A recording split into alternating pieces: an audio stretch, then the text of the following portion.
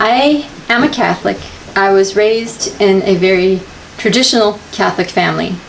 And from a very young age, I was taught about down there and you know who and a lot of bad things that can take place.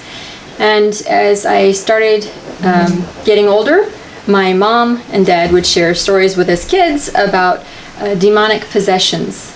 And that terrified me. I lived a life of fear for quite a while because I was always afraid that somehow I might get into a position where I would be around someone who was possessed, or I might even get possessed. How that would happen, I didn't even want to fathom. But it was a fear that I had for a very long time, up until recently, actually. That brings us to the topic of this video. What are you afraid of? My husband is going to help us out here and join the discussion so that we can take this deeper and see how we can help you. Honey, Well, you ready? yes, I am. So then, what are you afraid of? Now, what am I afraid of? Yes. Well, I'd hardly have to think about that because I'm no longer afraid of possession or anything like that. Were you afraid of possession before? Yes. Why were you afraid of possession? Because of what they showed on TV and the stories that my parents read to us of where people vomit and the demons have them get all these sores on their bodies and their heads spin, their bodies levitate, and all these strange, weird things happen. So what broke that? Understanding that all of those are just souls who are not at the same level as me, and that as long as I stay within the light, they cannot harm me. As long as I stay at a higher frequency, they cannot harm me in any way.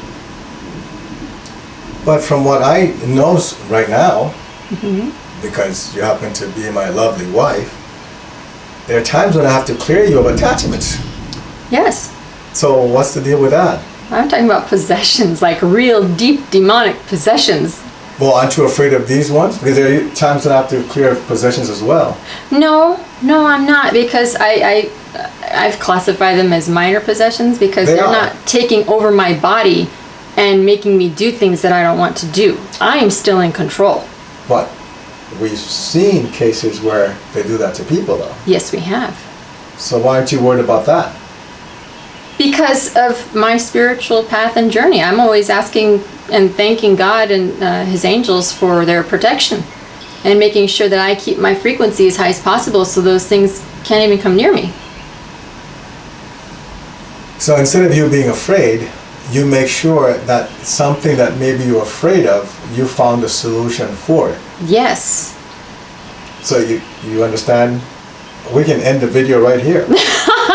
Right, because even though, being raised Catholic, I said a lot of prayers. And if those of you who are watching may have heard in other videos, I've said novenas and rosaries and went to Mass all the time. I would go to Mass daily during the summers as a teenager. And I still had that fear that at any time I could get demonically possessed. But not anymore. Now that I have a different understanding. And I know that that can't happen because of what I'm doing now. Yeah, when I met my wife, she had been saying the novena, was it? The 12-year novena. The 12-year novena. Did you start it over? No. Oh, okay. I said it once and I was done. 12 years was enough. She had been saying that. And then after we got close, I said, why did you stop? I think it's because she fell in love, but she wouldn't tell me that. No, it's because I finished the 12 years. I started on the day good friends of ours were married, and at their 12th anniversary, I called them and said, I finished it. Yeah. Anyway. So it goes back to what are you afraid of? Yes. What is it that concerns anybody so much that it terrifies them? And whatever that is, then the question becomes, why is the individual, and I'll speak you, but not you, right? The general you. Why are you terrified of it? Yes. What makes it so terrifying? And that's really a rhetorical question because we know the answer based on the teachings itself. Well, I was terrified of water. I did not like murky water. I could go into a pool, I could go into crystal clear water, but I would go never ever into murky water. I remember when we went to the Cayman Islands, you loved it there. Oh, yes. Because the water was so, I remember you saying, oh, this is so clear. I could go in here, oh, this is great. We went to Hawaii. Water was clear. Right, and that was very deep. That was. You went to watch the whales. Very deep. Yes, snorkeling. It was great. But when we went to Belize, to Dangriga in Belize, the water at the beach there, no, that was very murky water. And that was because the river water would flow right into the sea over there. It's where the sea and the river So where they mixed, it was constantly stirring dirt, and I was afraid to go in that water. I did not want to go in that water. I would go in a little bit, only as far as I could see, and that's where I would stay until my husband would come on out with us, and then I would hold on to him for dear life, and he would walk us out and say, okay, you could stand here now, it's a sandbar. Okay, and I'd stand, but as soon as he'd leave, I'd run right after him. There was no way I was going to stay in that water. So what changed? I found out from work that was done on me, thanks to the angels, that I had, in a previous life, been thrown into deep, murky bodies of water as a child and forced to try and save myself. And that's what terrified me, because I couldn't see. So once that was shown to you or told, you were told that, you were fine? It was a gradual process. Okay. I was able to go into the pond on our property as it has gotten murky, and I was okay as long as I had shoes on and I could walk and keep my head above the water. I was okay. I wasn't terrified of going in there, and now I think I'd be all right going into darker waters. I'd still be cautious. Oh, okay. Just because I don't know what's down there. So that helped. It helped. What you're saying. It helped. So there are two things then, from what we're saying here, that can cause you to be terrified of something. Mm-hmm. One could be because of past life experience. Right. And you don't realize it, right? Mm-hmm. The other one could be where you convince yourself that this thing is so powerful that you should be afraid of it. Mm-hmm. Then the question becomes, which one is it? How will you know which one it is? I guess you'd have to go and meet with somebody or have someone help you to see if it's a past life experience or if it's just you giving this situation energy that it doesn't require. Right. I agree. The other thing is the fear of the unknown. I used to be afraid of anything that I could not explain or anything that I was not familiar with. Well, that fits under the one as far as you giving something more power than it deserves. Okay. And remember, like the Buddhists always say, everything you see is a mirage, right? Mm-hmm. Now, it's the same thing with just because you can't see it doesn't mean that it's scary. Right. So here's the thing. Many times what we do as individuals, because we really believe that we are right, mm-hmm. How many individuals will gladly tell you that they are wrong? Not many. Right? Not Very many. few. You have to be quite humble. They have to be at that point to mm-hmm. do that. Many people want to argue their point. They want to win that argument or show that they're right. Especially when it's their thought. And that's what we're talking about. Mm-hmm. When that thought is generated by that individual. Right. If it's somebody else's thought or if they're just discussing an idea, it might be a little different. Mm-hmm. But if that person brought that idea up, tough time getting that person to accept the fact that maybe they're off on that one. So why do I bring that up? I bring that up because as human beings, some of us tend to hold things in. We have a thought in our heads, and then we start to give it seed. We give it a seed, and then it starts to germinate. Mm-hmm. And then we water it by adding more to it, right? And then, for example, let's say you might see me, I tell you, I'm going out. So I go out without you, which normally we go together. Right. All of a sudden I say, why don't you come in with me? And I do that a bunch of times. What would you start thinking? That you're doing something you shouldn't be doing. See? Especially because you won't talk about it. You won't tell me what you're doing. See? How did you come up with that? Yeah. Based on experience. movies, books. Yeah, it can be based on past experience because you've No. had a husband before. That's not right, I've even never had a boyfriend. So husband. it's not like you've had past experience. But see, you know how you just jump to that? Oh, you must be Right. doing something you're not supposed to be doing. Right. Now, it happens 4 or 5 times, and you don't tell me anything, right? Because maybe you try to talk about it and say, no, I don't want to talk about it. And every time that happens, what happens to your thought? It goes deeper into you're doing something you shouldn't be doing. What are you doing? How are you betraying me? See? Oh, wow. Look what just happened. I know. Before it was me not doing something. Doing something I'm not supposed to do. Now All you're of a sudden, betraying me. it became to What are you doing? Wow. So we should talk longer, see what it turns into, right? So you see how all of a sudden, I've got a great imagination. but it's not just you. Right. Because you created that, you're going to build on it. And a lot of people do that. Now, later on, I come back and I try to get you to understand that what you think I was doing, that's not what I'm doing. What chance do I have of convincing you that you're wrong? Unless you could show me actual proof and evidence, it will be hard. And what would that proof or evidence be? Let's say you were going out and working on a project to build something for me. That's proof. But you know something? It has to be for you. Right. It has to be for me. But what if Exactly. you're doing it for someone else? Well, why would you be doing it for someone else? Exactly. See what just happened? You love me. We're married. Why would you be doing things for me? Then We're the helping question- our family. No, but then the question becomes, do you really love me? Right. Because, I mean, you don't operate that way. My husband is known for starting projects and then saying, here, hun, will you finish this? But that's not the point. I know. But, you see But what- I'm telling you, wow, But you you see- got some emotion stirred. Exactly. You see what happened? Yes, and I this see. is a great example. It could really escalate out of control if I allow it to because Exactly. of my own thoughts. And this is all made up. This is make believe, and we're And just look doing at this you. for a video. What in the world? And look at where you're going already.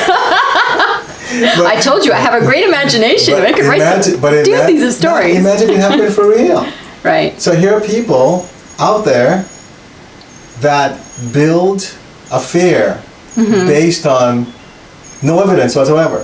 Right. Right. That's giving something power Mm-hmm. that it doesn't deserve. Just like how we went from I could be doing something I'm not supposed to be doing Mm-hmm. to me betraying you to all of a sudden whatever else it was. you Right? don't care about me There because we you go. did something for someone else. Right? Right. So the question of love all of a sudden. Right?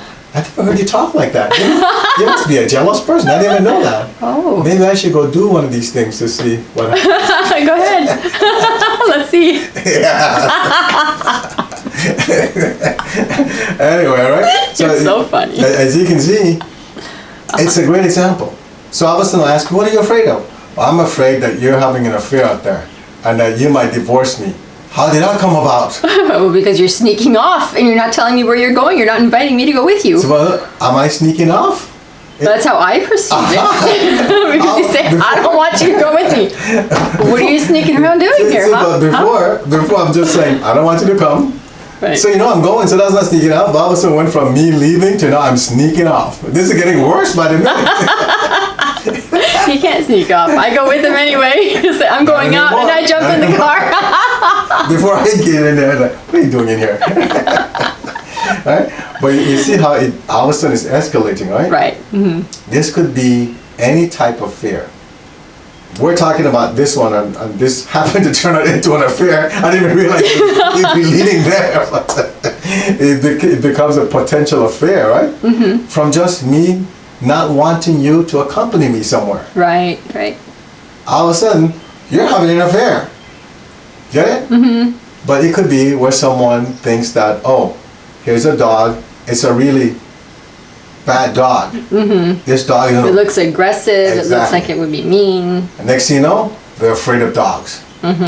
Or one time, they got attacked by a dog. So every dog that they see is a bad dog, Right. right? And this could be with anything. Spiders. A lot of people are afraid of spiders. What else? All kinds of bugs. Right? People But- are afraid of bugs. They scream, they run away from it, and you know, you're how many hundreds of times bigger than the thing. And I had to get over that fear when I started babysitting. And one of the dads of the kids I babysat said, listen, if you're going to be around my kids, you can't show them any fear. You have to do this. And he took me to the garage where it was loaded with spiders. He said, there's a spider, kill it.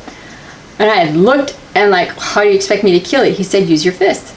I said, excuse me? He said, just like this. And he found another one higher up and he killed it with his fist. And he just wiped it off. I'm like, oh! He said, now you've got to do it. Because you can never, ever show fear to children. Otherwise, they will grow up with fear. Oh, like his man. Yes. So I did it. And I cried. I bawled. I couldn't believe I just killed a spider. Ew, gross, disgusting. I just always thought of that spider on my fist. But you know what? After that, I could kill any bug, any spider. Didn't faze me. See? All because of a babysitting job. Yes. What? That's some interview. I know. Can you kill a spider? Okay, you're hired.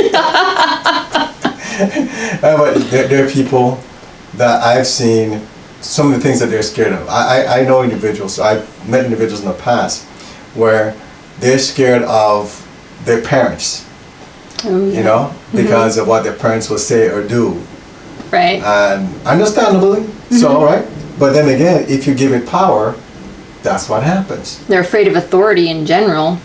Right? And Yeah. that's how we teach our kids. No, and they know by now. They'll come in and say, remember, our kids call from school if they're having misunderstanding with teachers, right? Because And then we have to go and sort it out. Exactly.